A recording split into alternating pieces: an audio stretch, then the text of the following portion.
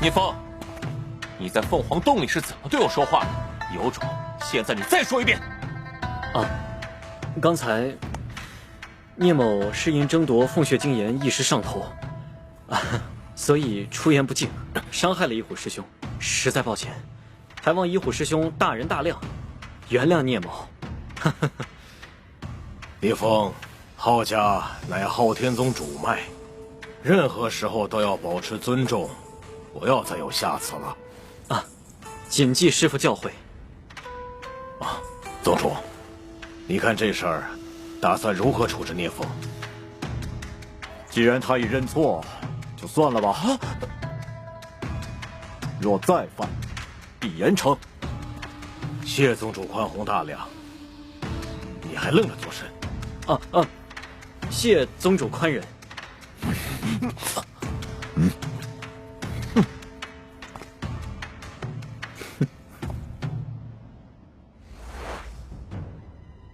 爹，难道就要让聂风那小子一直独占凤血精岩吗？他根本就没把我们浩家放在眼里，将来他还会听您的号令吗？此子的确桀骜，没有半分敬畏。不过，凤血精岩是他凭本事拿的，若强行索要，怕是黄景川也不会答应。这老东西，是把药王峰当成自己的地盘了吗？哼，药王峰只是昊天宗的一部分，爹身为宗主，他就该无条件的服从于你。黄景川精通医道，也为本宗立过不少功劳。为凤血精岩而逼反他，不知道。哼，他还敢反了不成？我辈武者，哪个没点傲气？一虎，你不也骄傲得很？否则不会因为聂风的事一直心意难平。千万别小看一位素魂境巅峰强者的傲气，如遇不公，怎会不反？他敢反，就由我浩家武王出手，让他知道，昊天宗始终是我浩家说了算。你还小，为人处事太容易偏激。昊天宗管理着整个昊天域，仅靠我们浩家人根本不够，必须要团结大多数人才能维系稳定。何况黄景川对本宗还大有用处，非但不能逼迫，还应当尊重。一虎啊，你也注意一下自己的言行，别一口一个老东西。哦。再说，浩家的武王要么在外游历，要么在昊天秘境中助你哥历练，都腾不出手。真要强硬，也不是现在，得等你兄长从昊天秘境中出来。哼，若是兄长出关，哪有聂风那小子放肆的余地？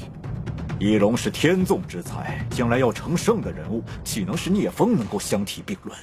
而且聂风没有顶尖功法在身，一生的终点也就是素魂境巅峰，在我浩家面前，终究只是蝼蚁。一虎，凤鸣山之事，你不必耿耿于怀。聂风将来若听从号令，就是本宗一员大将；若不听从，铲除他易如反掌。知道了，爹。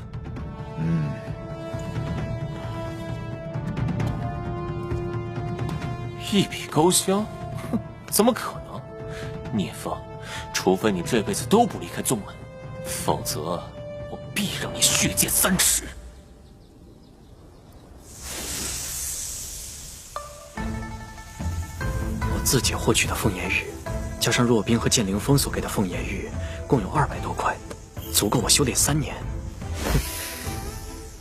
剑灵峰已经安置在星海商会天苍城的分部，接下来，在炎荒秘境开启之前，我必须加紧修炼，争取再次突破。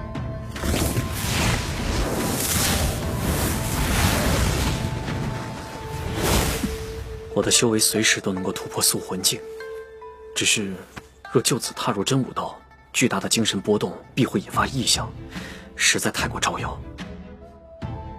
我才22岁，如果被人知道踏入真武道，就打破了浩一龙26岁进入真武道的记录，势必会被浩家忌惮。现在，要么压住修为到26岁再公开突破，要么离开药王峰去一个偏僻的地方，秘密的进行突破。待突破成功后，再封印修为返回药王峰。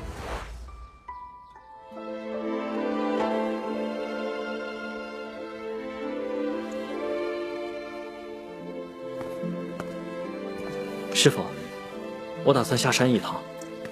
这才过去2年，你手中的凤颜玉应该还没用完吧？此时下山做什么？闭关久了，弟子心中有些压抑，很难集中精神，所以想下山舒缓一下心情。那你是一个人去，还是和冰丫头一起？一个人吧。我想回家看看，很快就回来。也好，那你去吧。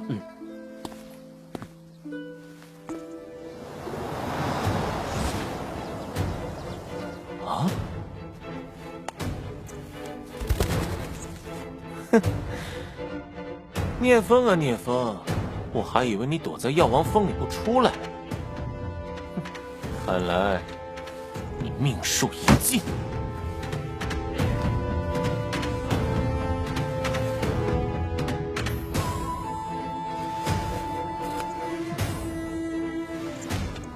去。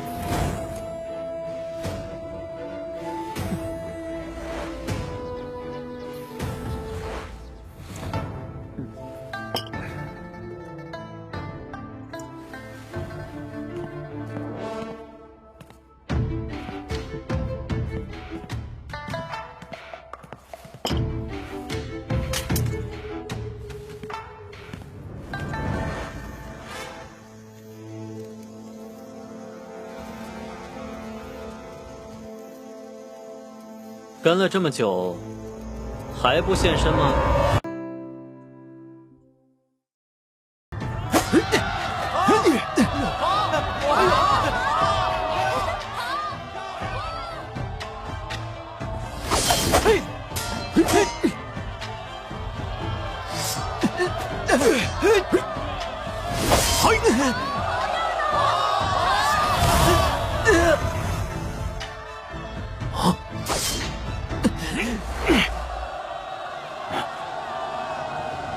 景川师兄，上一届武峰大比，药王峰可是夺得了第2名呢。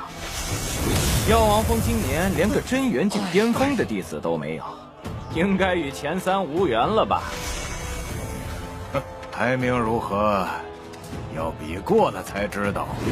下一场，傲与虎对战徐白。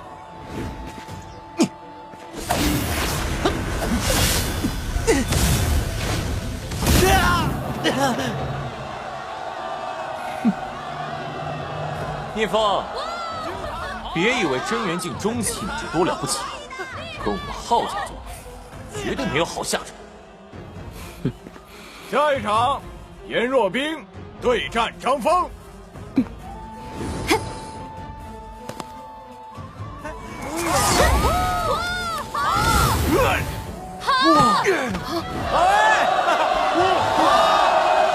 下一场，聂风对战阮星辰。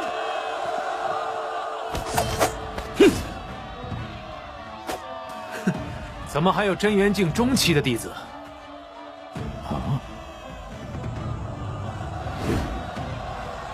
真元境中期都能上场，药王峰这是有多凋零？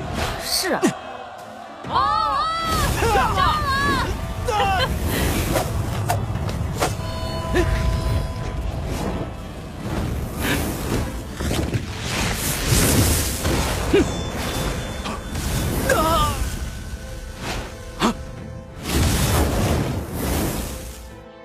真元境中期就这么强？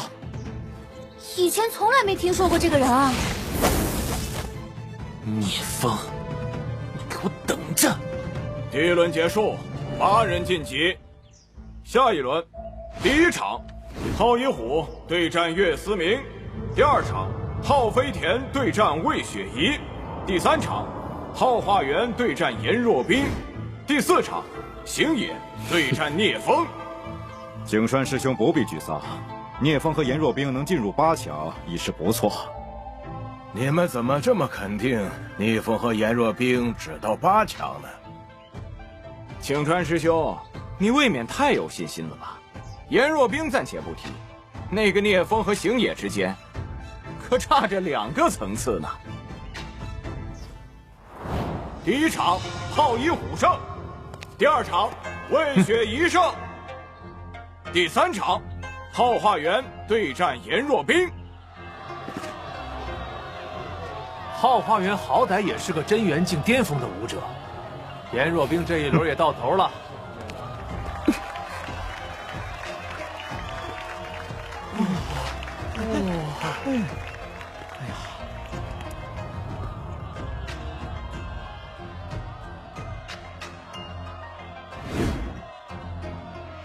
以前居然没发现，这颜若冰的美貌可真是不错呀。药王峰颜若冰，请赐教。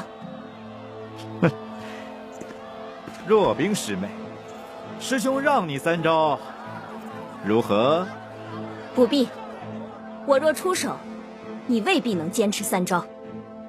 啊！3招就想战胜浩化元师兄，开什么玩笑？我倒要看看师妹究竟有多强，竟有这种口气。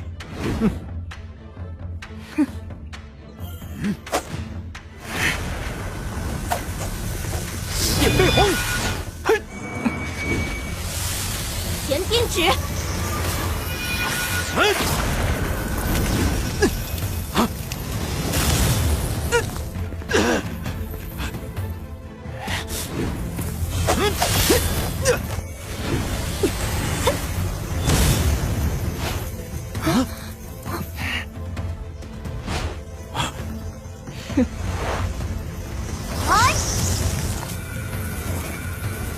糟糕！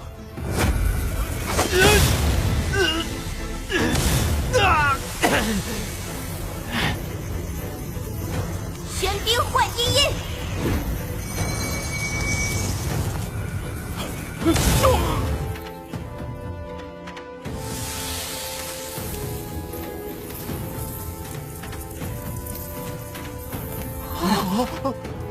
玄水真典竟能修炼出如此强大的寒冰真气。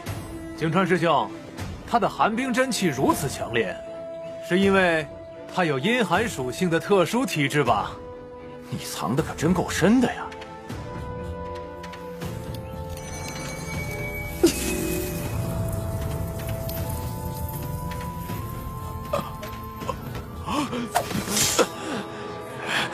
承让。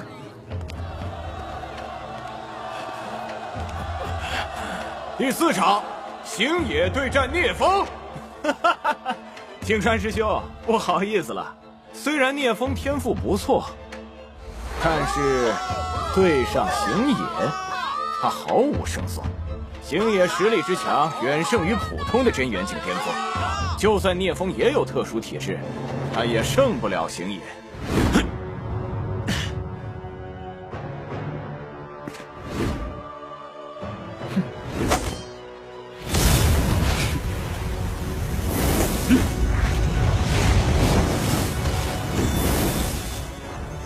剑意凝石，竟然是剑意凝石！这可是素魂境尊者才能领悟到的剑意凝石。他不是真元境中期的修为吗？剑意凝石是我刚踏入真元境的时候本能觉醒的，现在我的精神强度还远不及武王时的些许半点，但也足够震慑他们了。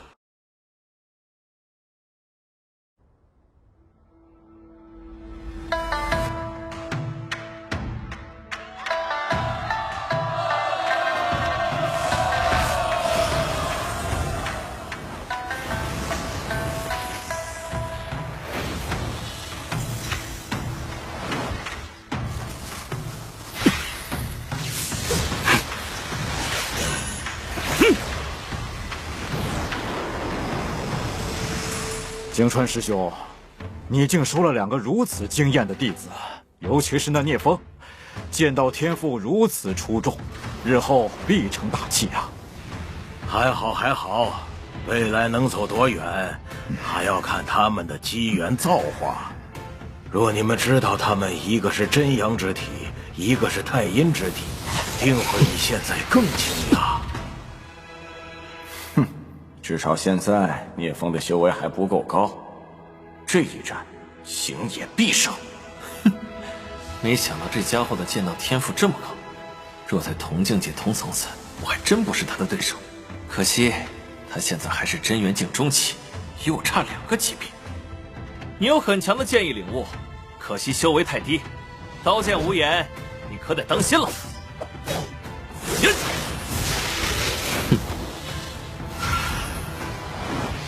战天诀，我曾与很多修炼过战天屠戮的武者交过手，败定了。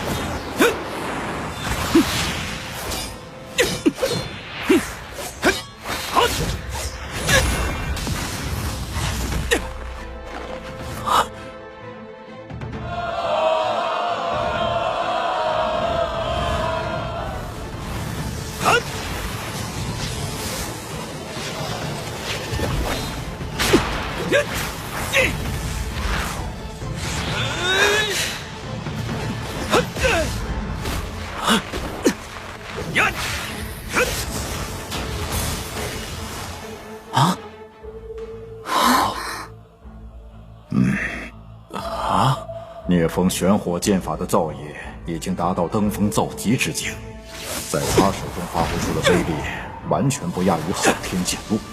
聂风竟将玄火剑法修炼到这种地步了，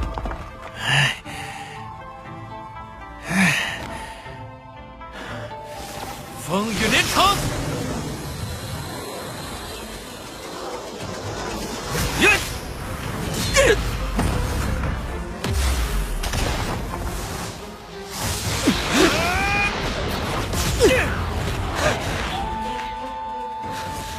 烽火连天！你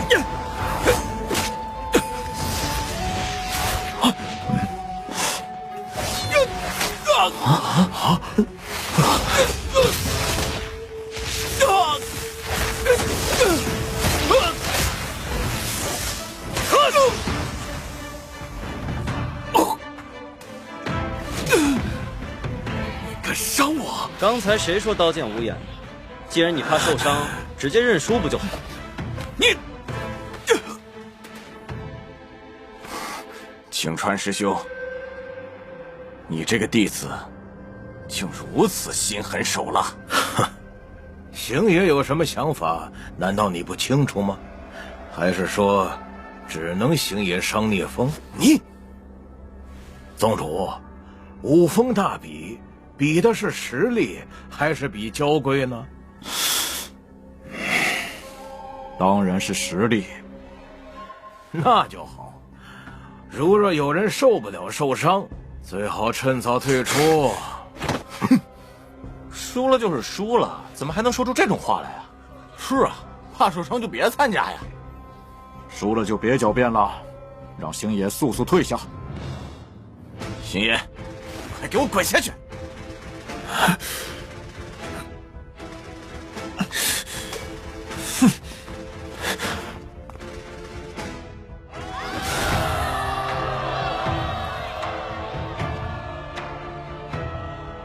第4场，聂风胜。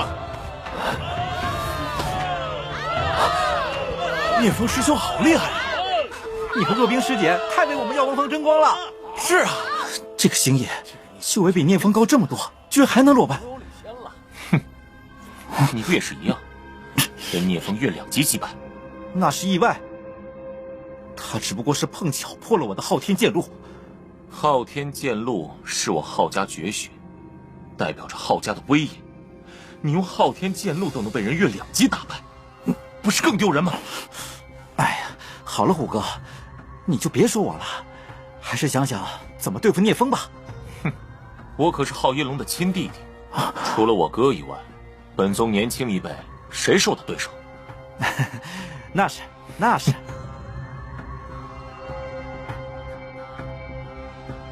最后一轮比试，第1场，由昊一虎对战聂风。昊一虎师兄可是除了昊一龙师兄外，本宗的第1天才。我看聂风的胜算不大。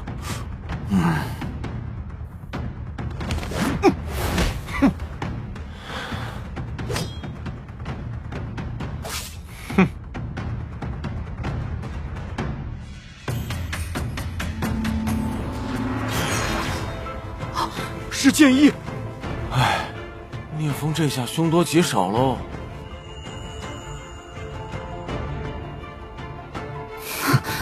小心。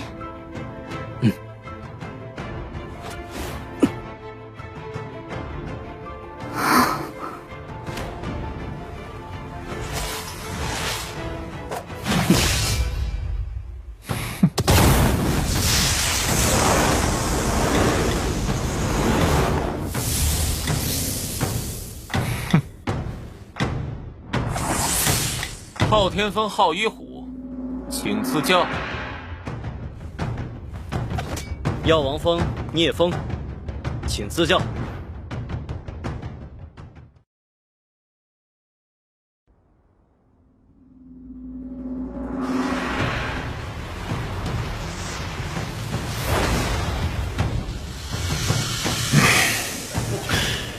若这一战聂风获胜，那么第一非他莫属。到时候，他就能进入剑塔学习昊天剑典。可昊天剑典向来是昊家弟子才可修习的功法，外姓弟子始终。一虎，此战若败，就去祠堂对着昊家列祖列宗罚跪1个月。啊！可见。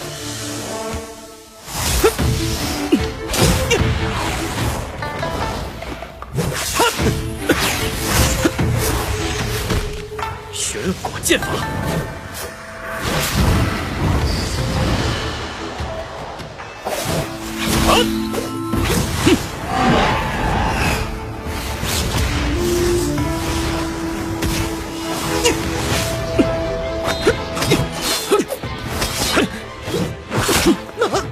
不会吧？一虎师兄居然占不到半分便宜！这聂风仿佛能看穿一虎师兄的剑招。他为何每次都能化解我的招式？啊！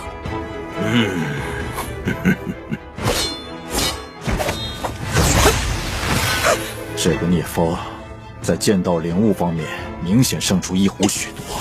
一虎每次出剑，聂风都能精准抓住破绽进行反击。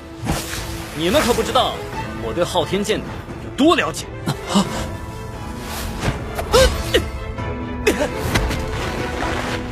昊一虎，你就这点能耐吗？电飞鸿！哈！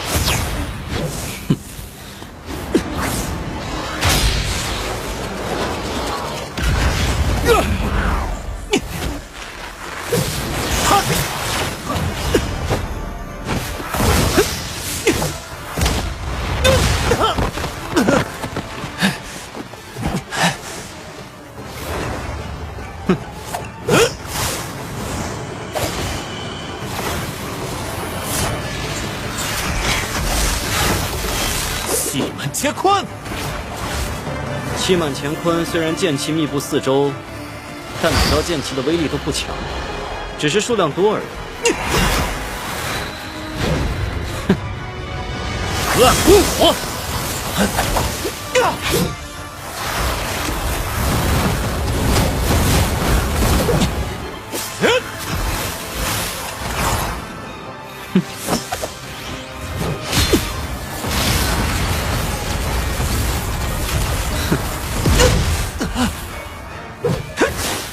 日火狂！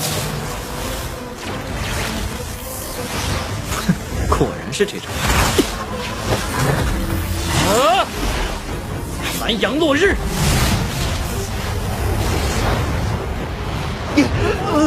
真阳剑诀是我以众多顶尖剑术融合而成，对昊天剑典有过之而无不及。我又是真阳之体，根本毫无胜算。聂风施展的是什么剑术？我怎么从未见过？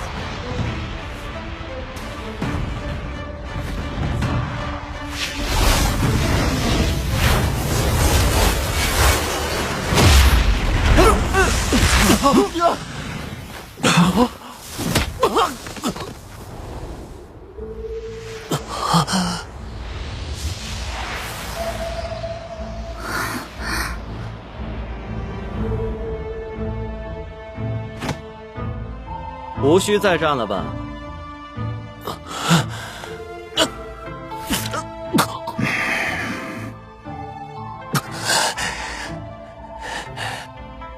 我堂堂宗门天骄，怎会败给你一无名小卒？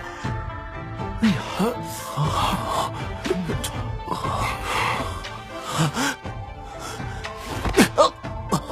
壁虎哥，庄晕，真有你的！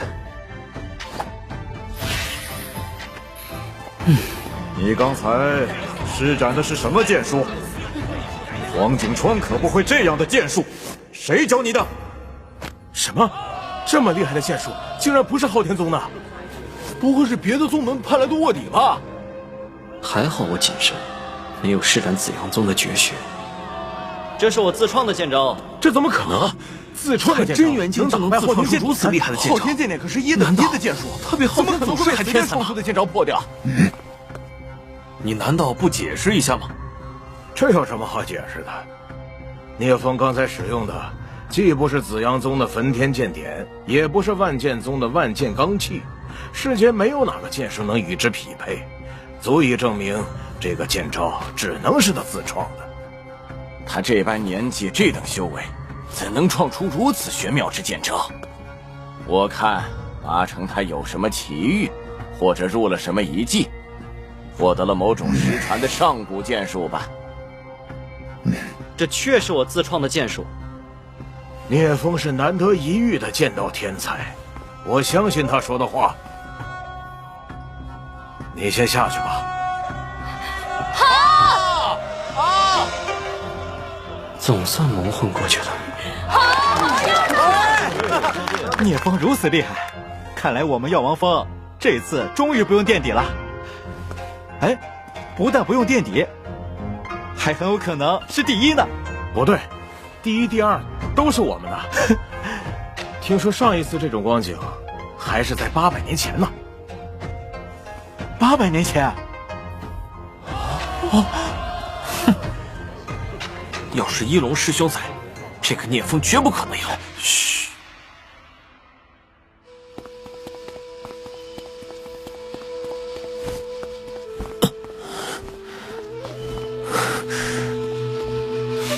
还说我丢人，结果你不也一样？被打败了不说，竟然还装晕。下一场，魏雪怡对战颜若冰。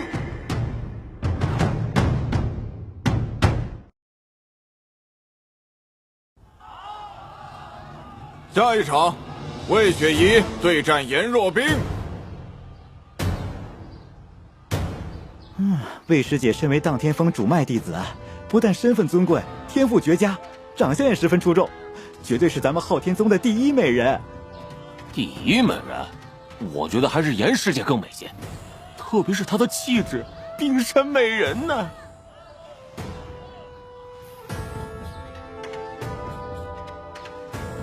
药王峰颜若冰，请指教。荡天峰魏雪怡，请指教。战天八式。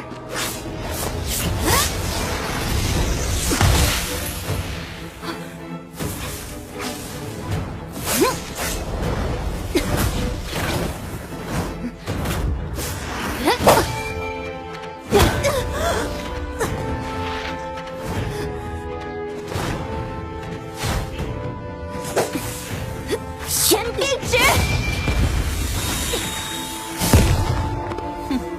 雕虫小技。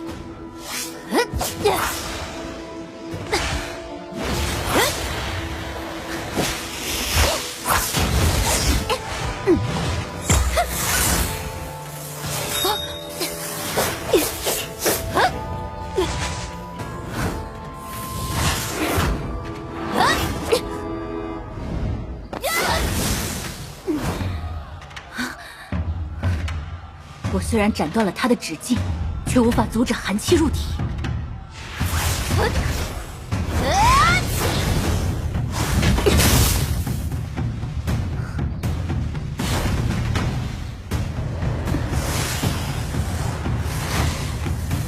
嗨！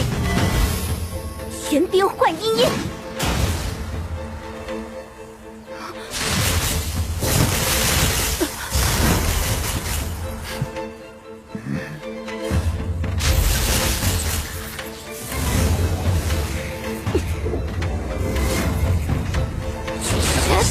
闪八方式。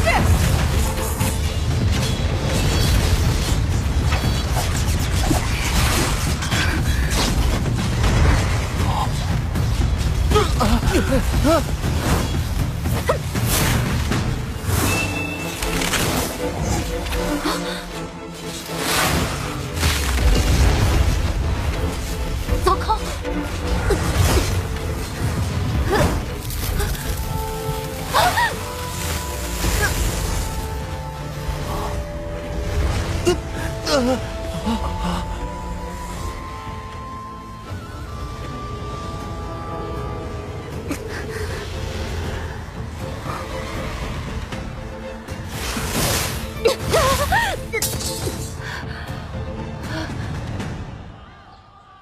你输了。啊，魏师姐可是和一虎师兄齐名的天才，居然败了。没想到颜若冰和聂风一样，也能越级败敌，包揽五峰大比第1名和第2名。聂师兄和颜师姐太厉害了，今天我们药王峰算是扬眉吐气了。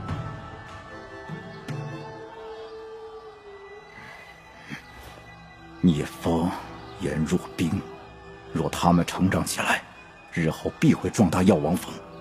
到时候，一虎多次刁难聂风，我也曾凭借身份打压过他和黄景川。黄景川世代都是昊天宗之人，应无威胁。但聂风心思深沉，不得不防。昊天宗已有一龙这样的盖世天骄，无需多余的外星天才，得寻个时机除掉聂风。这场比试，颜若冰胜。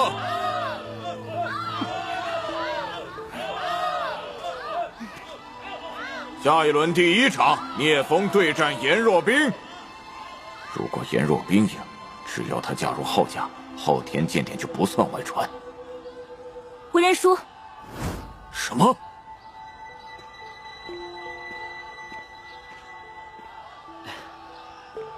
多谢师姐。没事，在我心里，你有资格拿第1。没想到颜若冰竟然弃战。下一场，昊一虎对战魏雪怡。啊？这一战我认输。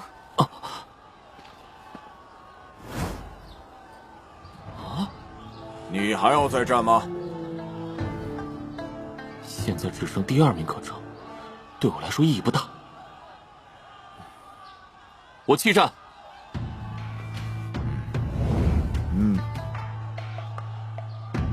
此次五峰大比正式结束，第1名聂风，第2名颜若冰，第3名昊一虎。根据昊天祖师定下的规矩，五峰大比排名第1的弟子即可进入昊天剑塔修炼。聂风，恭喜你！昊天剑塔中有我昊天宗的至高剑术昊天剑典，你进去以后要努力修习，不要辜负了昊天宗对你的栽培。弟子定当全力以赴，不负昊天祖师之期望。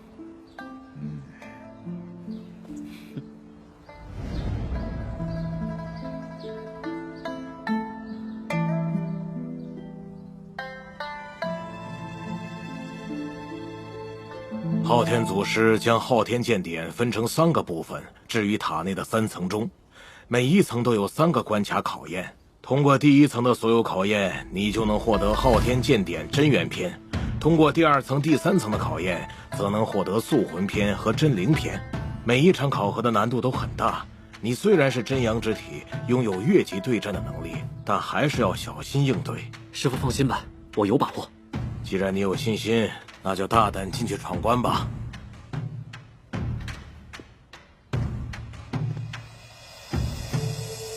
昊天剑塔的闯关规则我再清楚不过，前世我就闯过了第2层，获得了真元篇和素魂篇，而这一次，昊天剑典真灵篇，我势在必得。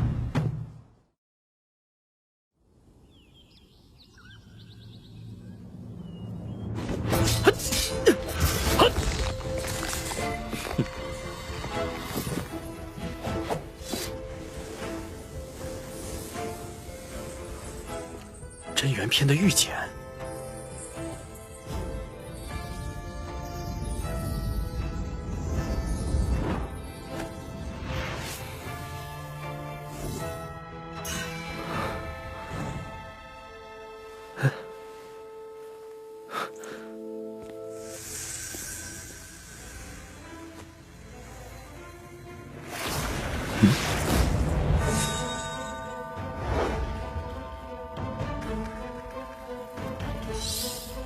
第二层的难度会比闯关者高上一个境界。来吧！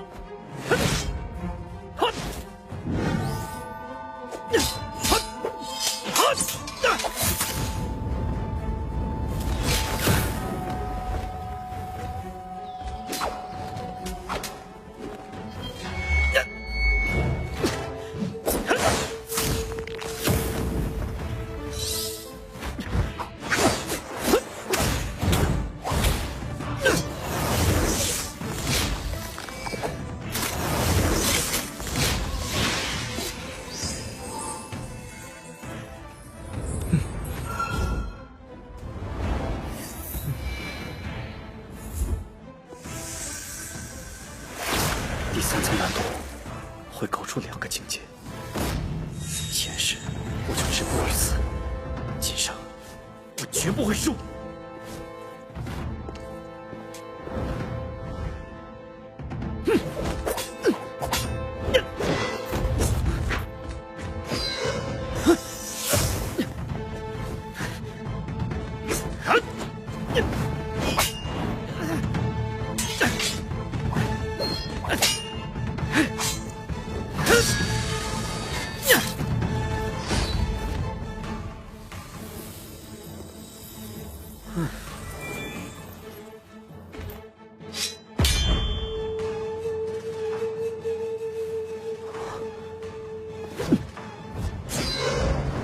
玄火剑法，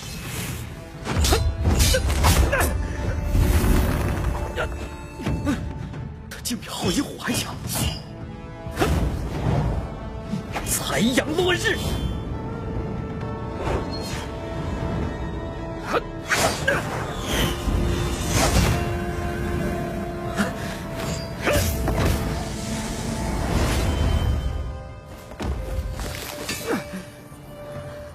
结束了，我终于做到了，御剑能。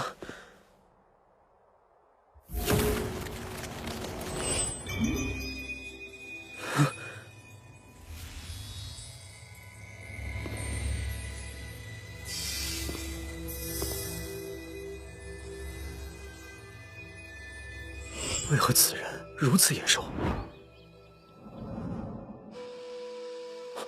昊天老祖，他怎会出现在此？昊天宗药王峰首座亲传弟子聂风，拜见昊天老祖。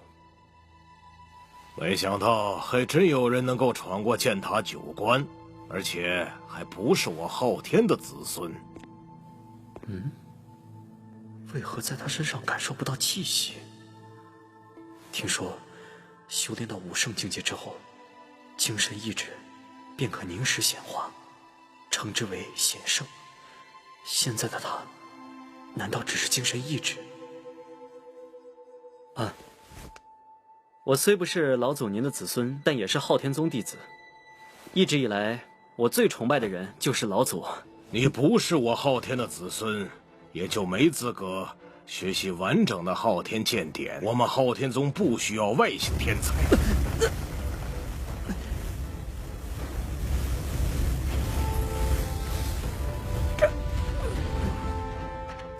果然是个骗局。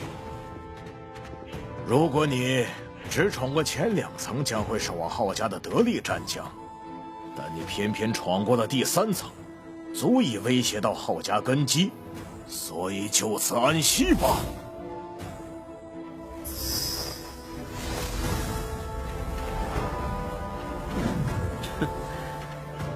昊天老祖，你若真身还在，倒是有资格定我的生死。可惜你现在不过是一道意志分身，也敢在我面前狂妄。哼，小子，胆子挺大呀！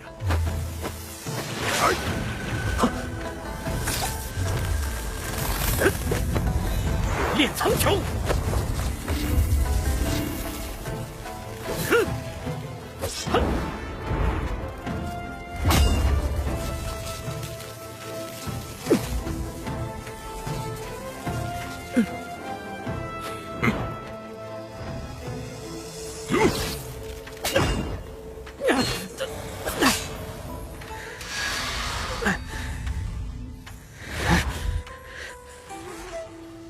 小子，你和紫阳宗是什么关系？无可奉告。哼，还挺嘴硬，那就去死吧！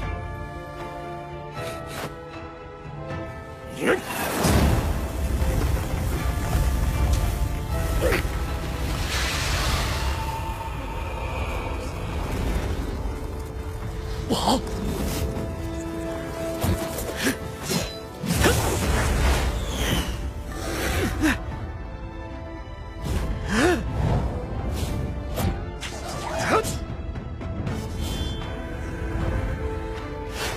残阳落日，这可是素魂境才能展现出来的实力。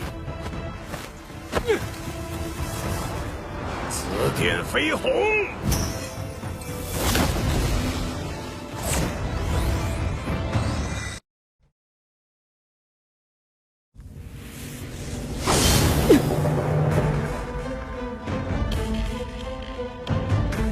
你这是什么剑术？刚才那招叫残阳落日，昊天老祖，再接我一招，阳耀天苍。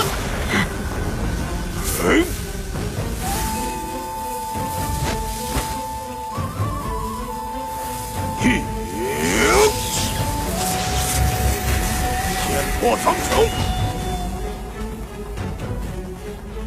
此招一出，杀敌自焚。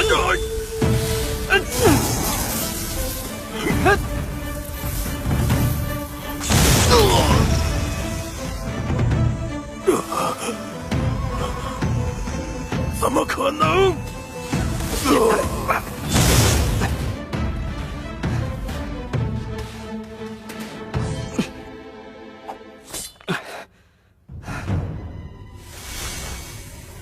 我体内的真元已经耗尽，现在一个最普通的真元境初级武者都能轻松将我杀死。没想到这昊天剑塔的第3层竟然是个骗局。昊天老祖身为昊天宗的开山祖师，堂堂武道圣主，却不打算将昊天剑典传给外人，真是只老狐狸。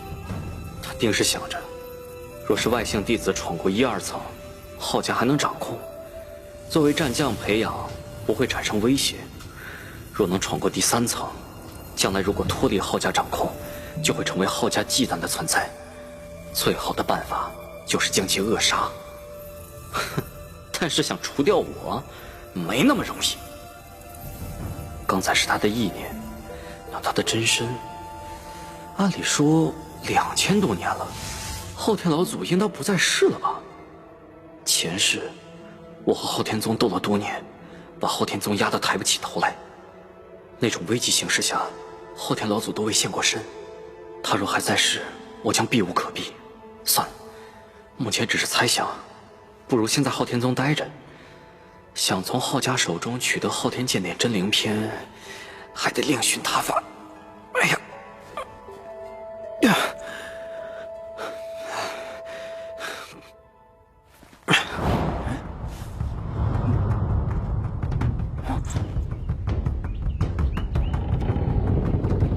哎，出来了！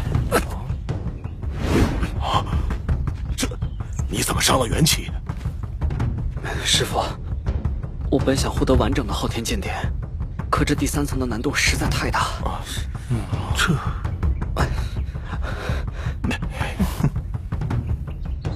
我拼尽全力也没能闯过。何必呢？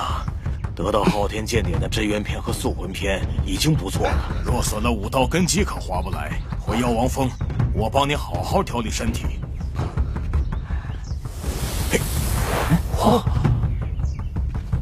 看样子是没得了，走吧，走吧。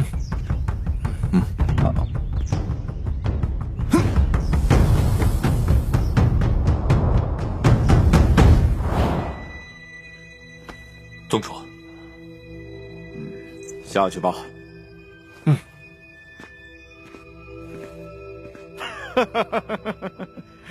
昊天剑典乃是我昊家不传之宝，岂会轻易让一个外人得到？剑塔3层9大关，至今还未有人可以完全闯过。聂风此子心性狂傲，让他吃瘪也好。他既然获得了真元篇和素魂篇，将来也就在素魂境巅峰，难与武王争锋。他若老老实实做我的昊家战将，倒也可以提拔一二。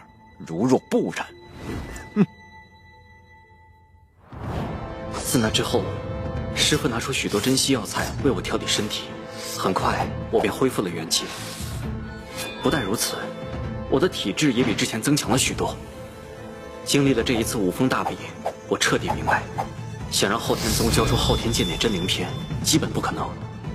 想要获取，只有一个办法：抓住昊家的要害，逼他们不得不给。只有强大到整个昊家都无法反击，才能让他们拿出真灵篇做交易。而那样的实力，至少需要武王级别才行。我现在还差得远，在那之前，我必须韬光养晦，暗中修炼烈阳真火诀。另外，我还有焚天剑路、紫阳化技手和大日焚天掌3门武功的心法，加上前世修炼的经验，待修炼有成时，就算昊一龙出关，也不足为虑。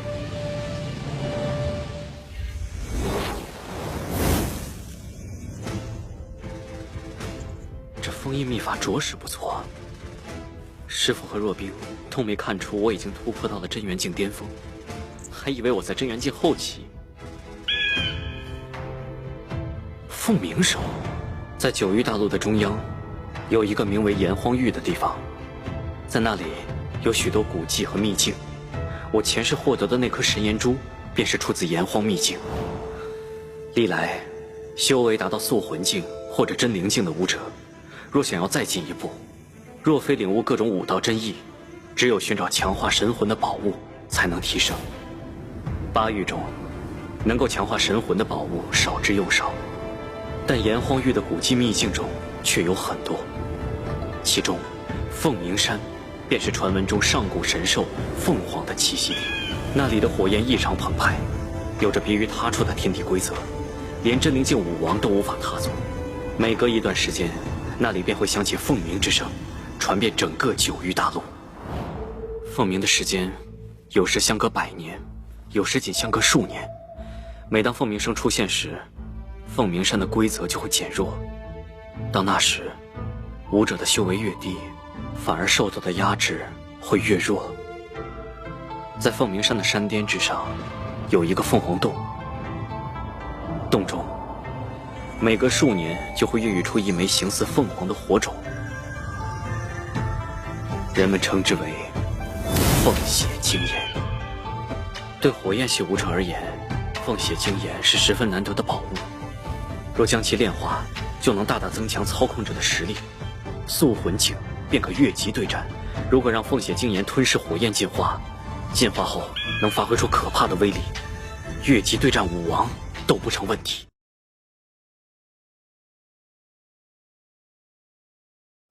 炎荒域中的炎荒秘境，每隔12年便会开启一次。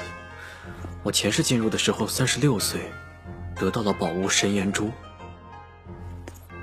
最近的一次，大约4年后就会开启。但是，这次的凤血精炎，我也势在必得。有了凤血精炎和神炎珠，当我达到真灵境时，实力将会远远超过前世。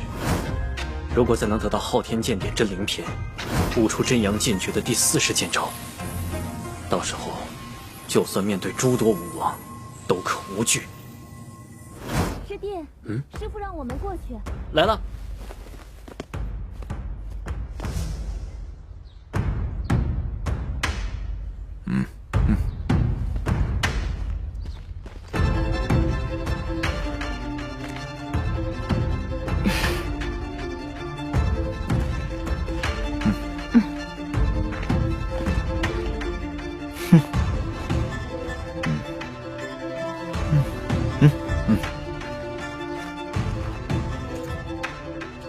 凤鸣山的情况，相信你们的师父都已经跟你们说过了，我就不再多言。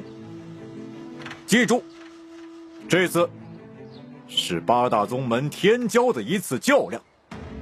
我昊天宗乃八宗之首，绝不能输给别人，明白吗？明白。出发。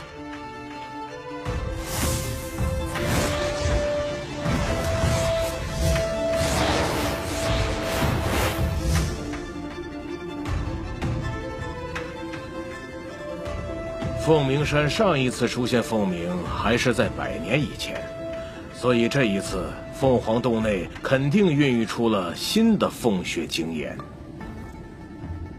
因为凤鸣山有独特的天地规则，修为越高，受到的压势就越强，尤其是山巅，只有真元境的天骄才能够到达凤凰洞。你们2人都是真元境的顶尖天骄，登上山巅应当不难。这凤血精岩不仅可以提升武者的实力，还是炼丹的绝佳火焰。聂风，它对你来说作用极大。徒儿明白。若冰此次同行，可助你师弟一同争夺凤血精岩。凤鸣山上还有一种宝物，叫凤炎玉，能够大大提升火系功法的修炼速度，增强素魂境武者对火道真意的领悟，十分宝贵。凤鸣山的下层由素魂境武者搜集，上层则要靠你们这些真元境的天才去寻找。最终能收获多少，就看你们各自的运气了。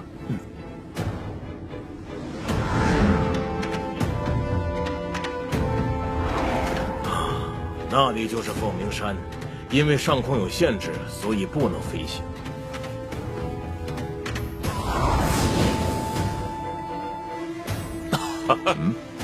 郝寿宗主，好久不见。洪方宗主可好？黄首座，难得见你离开昊天宗啊！偶尔凑凑热闹罢了。灵禅宗和道阴宗距离凤鸣山较远，还在赶来的路上。我们带来的后辈弟子刚刚都上山去了。快来拜见各位宗主。这位是天元宗的袁洪峰宗主，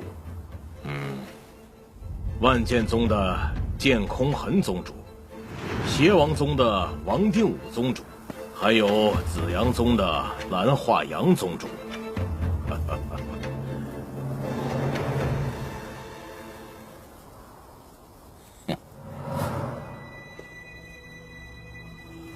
晚辈拜见各位宗主。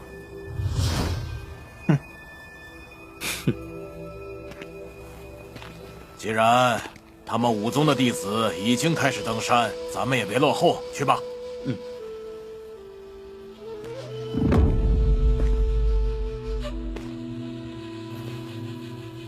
此子体内蕴含真阳之火，莫非是真阳之体？没想到在这儿遇到宝贝了。蓝化阳，前世你我本有师徒之缘，你曾亲自教导我紫阳宗绝学，我对你更是感激不尽。可惜你心存歹念，生生断了这份情谊。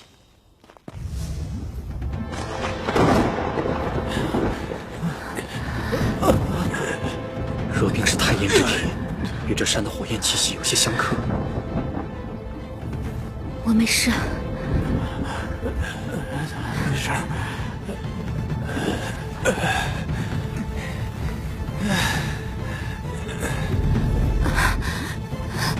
师弟，你不必等我了，先走吧，不然凤血精岩就被别人得去了。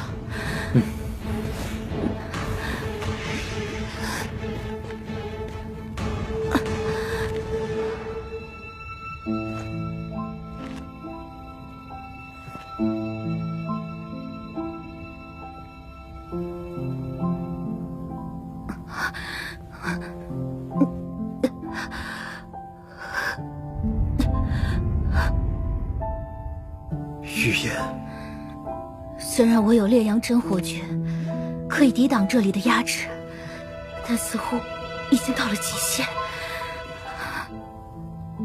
前世有2个对我至关重要的女人，第一个是若冰，第2个就是雨嫣。那时我被昊天宗追杀，多亏雨嫣出手相救，将我带回了紫阳宗，助我在这儿学习紫阳宗绝学，让我拥有和昊天宗一抗的本钱。在我心里，雨嫣和若冰同样重要，只是若冰出现在前，且又因我而亡。我当时一心为若冰复仇，却忽视了对我始终如一的雨嫣。直到复生后，我才发现，原来雨嫣早已深深刻在我的心里。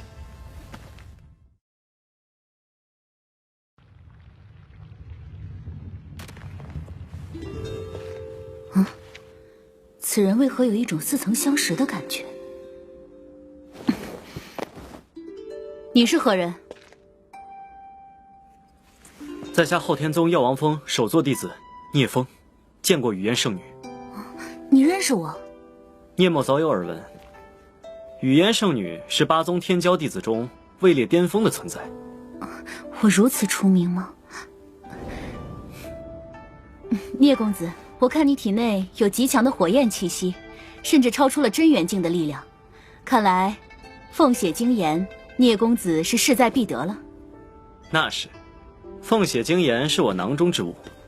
不过，我现在还有另一件事要去做。另一件事？你不先去夺凤血精炎，难道去找凤颜玉吗？不，我是去救人。前世，我在此处意外发现了一座阵法，救下了一位被困阵中400年的宿魂境武者剑灵峰。剑灵峰是万剑宗剑家的直系天骄，在凤鸣山开启时，他遭同族暗害，被困在名为离火封天的大阵中。幸好他修炼的是火系功法，靠着吸收凤鸣山天地元气维持生命。400年后修炼至宿魂境巅峰，却仍未能破阵。那时，我利用在炎荒秘境中学到的破阵之法将他救出，从此他便成了我的得力助手。直至他为了救我，死在了昊天宗武王的手中。我若提前救出剑灵峰，便可有备无患。而且以剑灵峰的资质，成为武王并不困难。他越强，我就越有底气。这种地方会有人？你不信干嘛要跟来？不如去找凤颜玉吧。凤颜玉少几块没什么大不了，倒是想看看你说的话是真是假。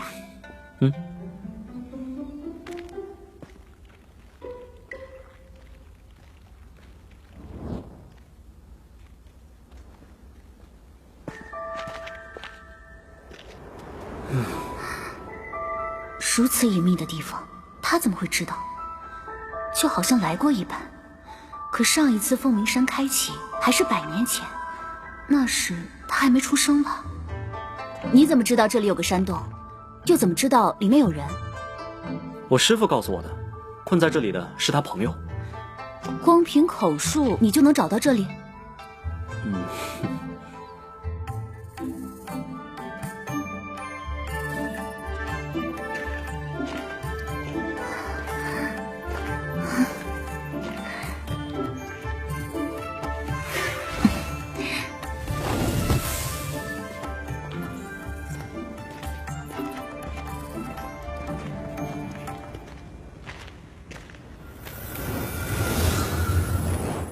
居然有人在这里布置阵法。有人吗？谁？是谁在外面？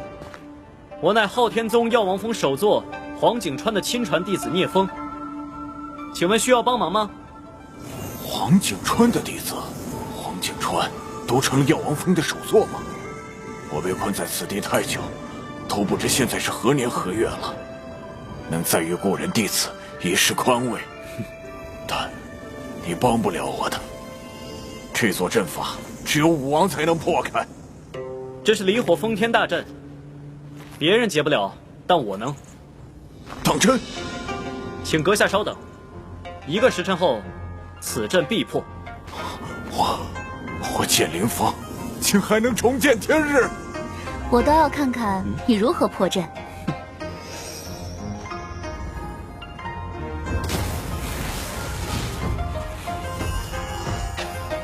他是真阳之体，爹曾说过，我们紫阳宗的开山祖师便拥有真阳之体，所创的烈阳真火诀是最适合真阳之体的修炼功法。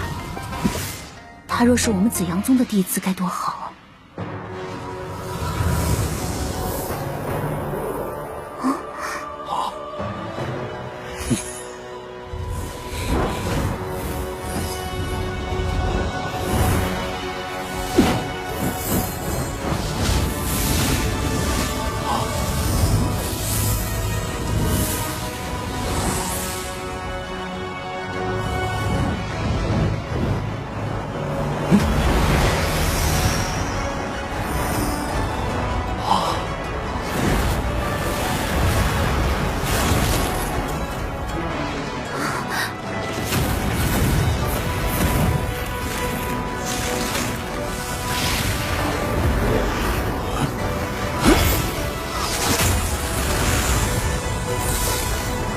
我剑灵峰终于重见天日！剑空尘，你给我等着！我要找你报仇雪恨！剑空尘已经练成万剑罡气，是真灵境武王。你想报仇，还没这个实力。小友是黄景川的弟子，正是。多谢小友救我脱离苦海，日后若有用得着我剑灵峰的地方，尽管吩咐。刀山火海，在所不辞。救你，我的确是有目的。什么目的？在我成为武王之前，你要为我护道，保护我的家族。等我成为武王后，我帮你解决剑空尘，让你学到万剑罡气，如何？这哪里是什么目的？分明是让我占便宜啊！但我年纪已大，不知能不能活到你成为武王的时候。不会很久，快则10数年，最长30载，我必成武王。你连塑魂境都没有踏入，30年能成为武王？语言圣女，我们打个赌怎么样？以30年为限，没成为武王我输，成了算我赢。好啊，赌什么？谁赢了就可以命令对方做一件力所能及的事，不许拒绝。好，一言为定。哼。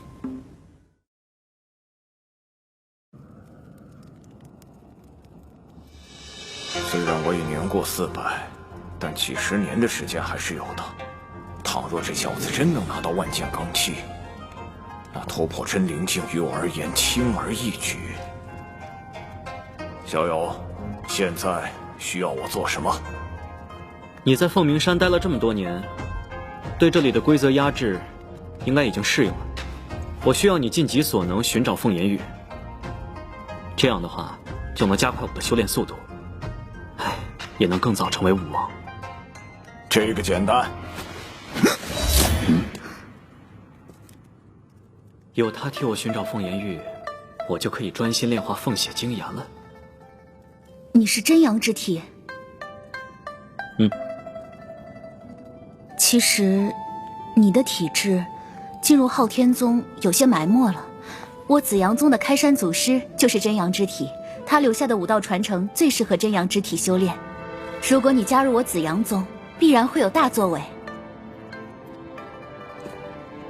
我既已加入昊天宗，若昊天宗不负我，我必不负昊天宗。可惜了。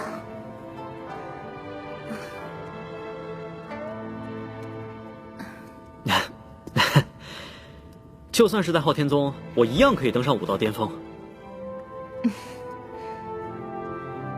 因为机缘安排，雨嫣和我在前世成为夫妻，但是这一世我们注定没有夫妻之缘，还是尽可能保持距离比较好。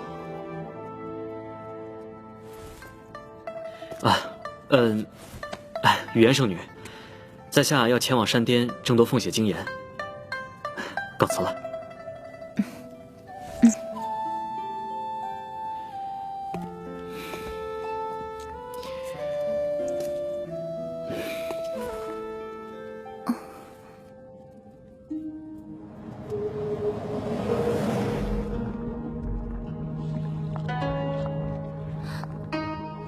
师弟明明比我先走，为何还没有到？啊，在下万剑宗剑流风，在下紫阳宗蓝雨堂，鄙人天元宗袁向晨，道阴宗宫羽瑶，在下昊天宗颜若冰。你不是昊家之人？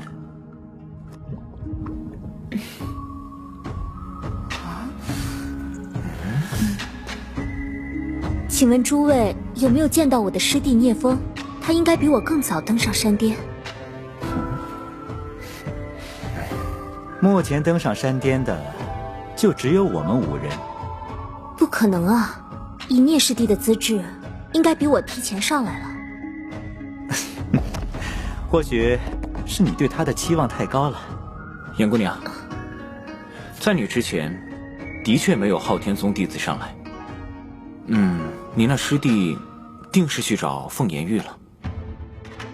他真的去找凤颜玉了？可凤血晶岩的价值更高啊！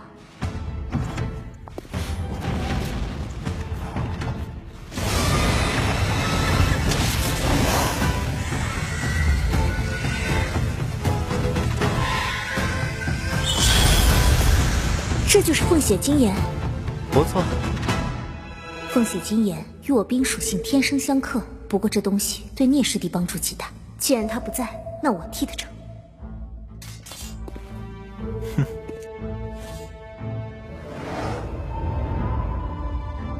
我看其他人就算来了，也没什么资格夺取凤血晶岩了。不如我们现在就比一比。哼，确实，现在还没登顶的人，修为定在我等之下。虚耗时光并无意义。好，你们打算怎么比？老规矩，点到为止，谁实力强，凤血晶岩就归谁。炼化期间，其他人不得打扰。好，马上开始吧。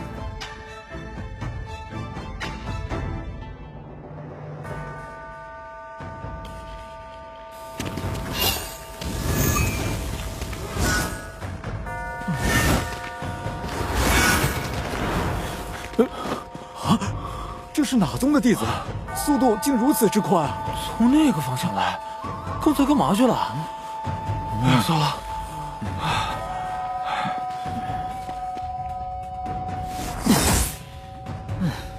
你怎么现在才来？我这不是来了吗？他们早比完了。你要是早点来，和颜若冰联手，那凤血晶岩就是我昊天宗的了。哼。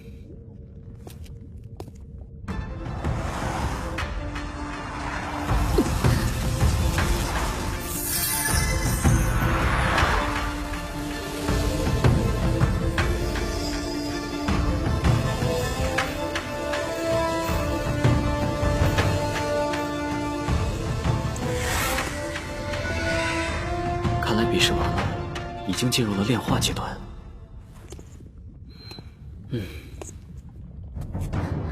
你怎么才来啊？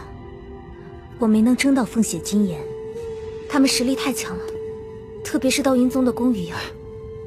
没事的，你的体质不适合在这里，加上境界又差了一层，自然不是他们的对手。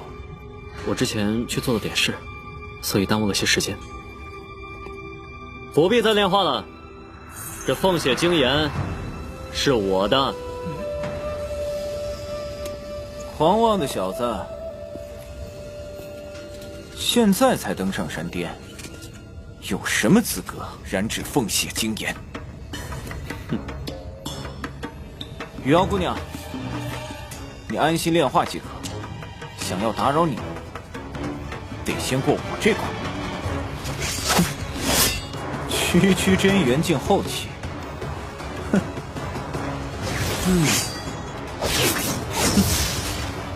我面前你也敢出剑？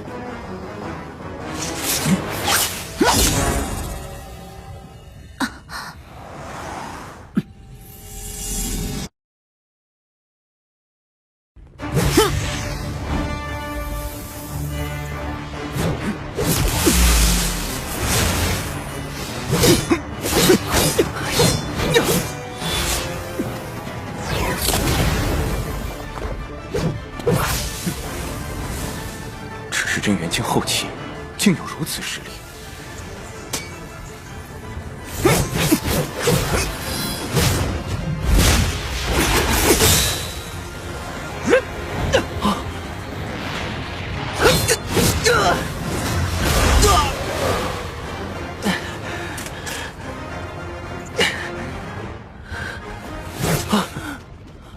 你现在看看，我的实力够资格争夺凤血精炎吗？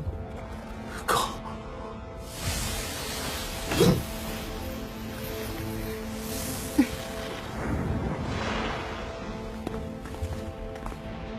没想到昊天宗除了昊一龙外，还有你这等人物。雨瑶姑娘，你不是我的对手，若非战不可，在下就只能领教贵宗的大道天音了。好，那就请聂公子听上一曲。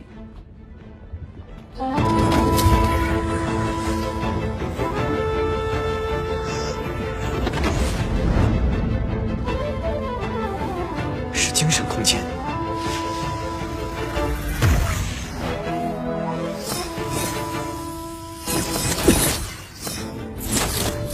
将阴律转化为对神魂的攻击，好手段。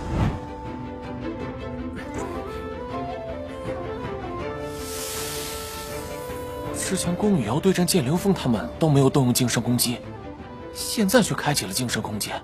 看来在宫羽瑶心中，这个聂风不好对付啊。但是这个聂风再厉害，应该也受不了宫师姐的神魂攻击。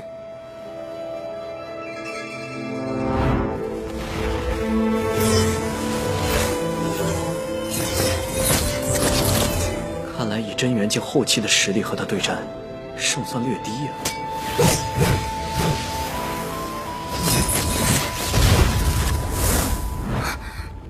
他竟然突破了！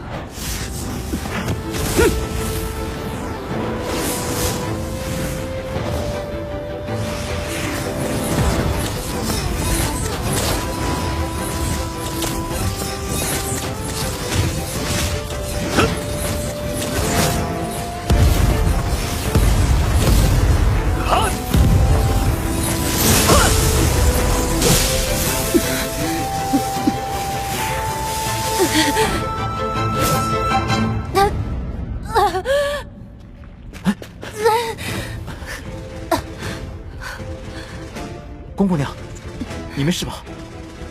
我没事。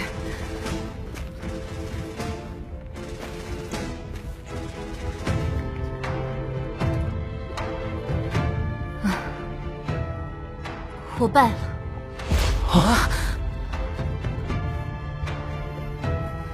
奇怪，刚刚在精神空间内，他明明已经突破到了真元境巅峰，为何现在又刻意隐藏，将其压制回了真元境后期？罢了，他既有意隐藏，我又何必多想？聂公子的实力不俗，我拜得心服口服。现在凤血精炎归你了。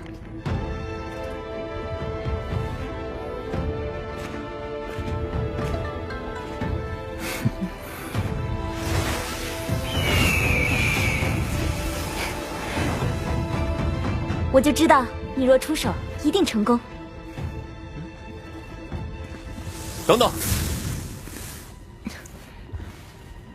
聂风，你为本宗夺得凤血精炎立下大功，回去之后我会禀告父亲，让他奖励于你。现在就由我来炼化凤血精炎。让开！聂风，你好大的胆子，竟敢这么跟我说话！想要凤血精炎，凭实力来拿。你是想挑战我吗？聂风，我可是昊天宗宗主之子。你想以下犯上吗？自己没本事就搬出亲爹来压人，我都替你丢人。真是好笑。就是聂风，你给我等着！还上来做甚？东西都变成别人的囊中之物了。哼！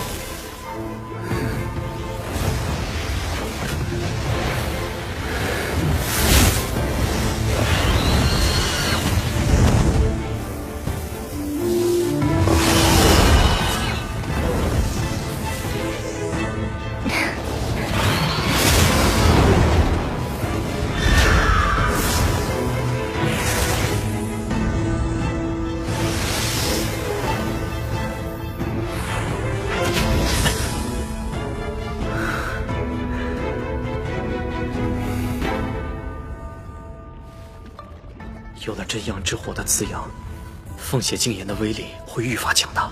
接下来，等炎黄秘境开启，拿下神炎珠，对抗昊天宗的胜算也会增加许多。走吧，我们也去寻找凤炎玉。拿到几块凤炎玉啊？我也是，山上有一个塑魂境巅峰的强者，把我的凤炎玉全拿走了。我也遇到他好几次了，每次刚到手的凤炎玉都被他抢了。也不知道他一个塑魂境巅峰怎么上去的。就是，你们看清那人的脸了吗？没有，他满头乱发，一脸长胡须，像个野人一样。就是，我的凤炎玉也被他抢了，太过分了，这个人。哎，有人出来了。聂风，你在凤凰洞里对我怎么说的话，有种你现在再说一遍。